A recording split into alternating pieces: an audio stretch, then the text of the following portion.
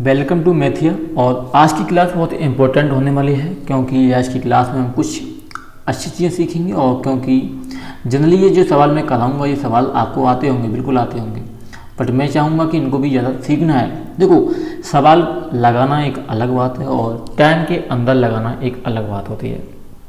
अगर हमको सिलेक्शन लेना होगा तो हमें टाइम के अंदर यानी बहुत ही जल्दी क्विक करके हमें सवाल निकालने होंगे। जैसे आपने सवाल देखा हो, कहीं भी ना कहीं सवाल तो देखा ही होगा आपने। जैसे आप देखते हैं कि 300 का सवाल पढ़ना अच्छी चीज़, 300 का 20% प्लस 500 का 20%। आप देखेंगे यहाँ पे हमने निकाला है 300 का 20% और यहाँ पे हम निकाले 500 का 20%।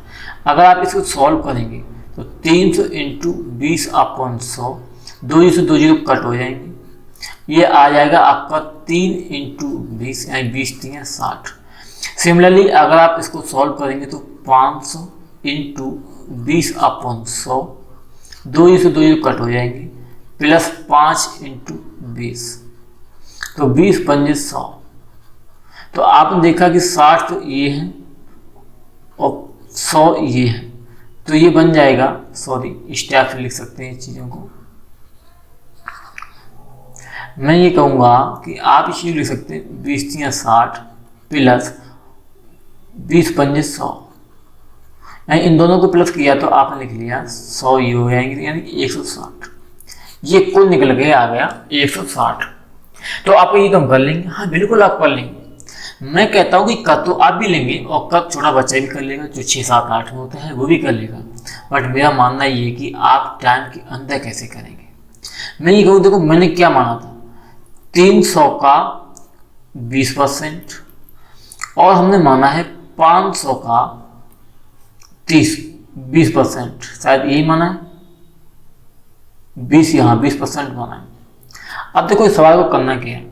मैं ये कहता हूँ कि अगर हमने देखा क्या कि यहाँ पे बेस क्या है, यहाँ पे 300, यहाँ पे क्या लिया है 500, बट परसेंट अगर आप देखेंगे कि यहाँ पे भी 20% और यहाँ पे भी आपकी 20%।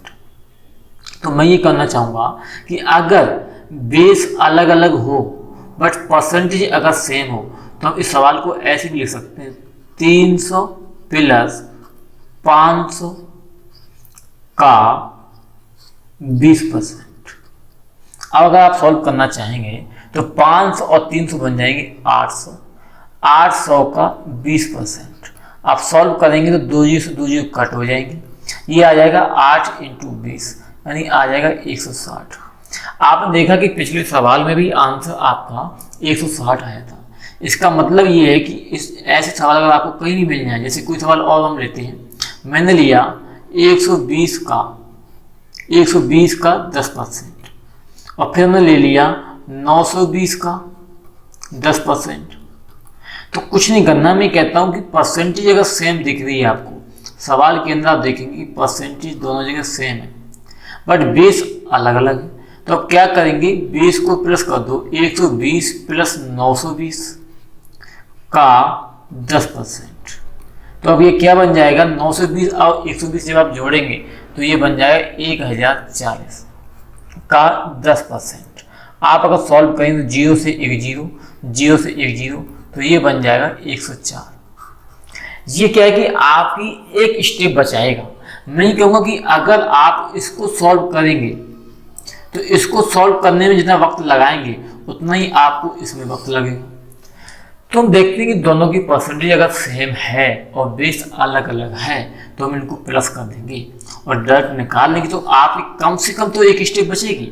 और अगर एक स्टेप बचने का मतलब समझते हो, एक सवाल में कम से कम 5 सेकंड आपके बचेंगे। अगर आपके 5 सेकंड बच रहे एक सवाल पे और लगभग 10 सवाल हो गए तो समझो 50 सेकंड बचेंगे, जो कि आपके जीएस में जाके इम्पोर्टेंट होंगे। तो आप भी सॉल्व करेंगे तो नहीं आएगा, क्योंकि जब 120 का 10% निकालेंगे तो 12 आएगा और जब आप 920 का 10% निकालेंगे तो 92 आएगा। इनको जब सॉल्व करेंगे तो 104 ही बनेगा। तो कल को अगर ऐसे सवाल मिलते हैं तो आप क्या करेंगे, पहला स्टेप देखिए, अब हम क्या लगेंगे, ए का 20%, ए का बी नहीं, ए का x% लिख लो प्लस बी का x%। तो इसको आप क्या लिख सकते हैं, ए प्लस बी का x%। ये आज की क्लास का पहला स्टेप है। आपको ये लिखना पड़ेगा, ये याद करना पड़ेगा कि a का x%। हियर a इक्वल कुछ भी हो सकता है, b अलग अलग है। देखिए ये बेस है ना, बेस, ये बेस दोनों जगह अलग है। यहाँ पे a है, यहाँ पे b है, लेकिन परसेंटेज दोनों जगह सेम है। तो हम ऐसे लिख सकते हैं a प्लस बी का x%, पहला स्टेप। अब बढ़ते हैं सेकेंड स्टेप।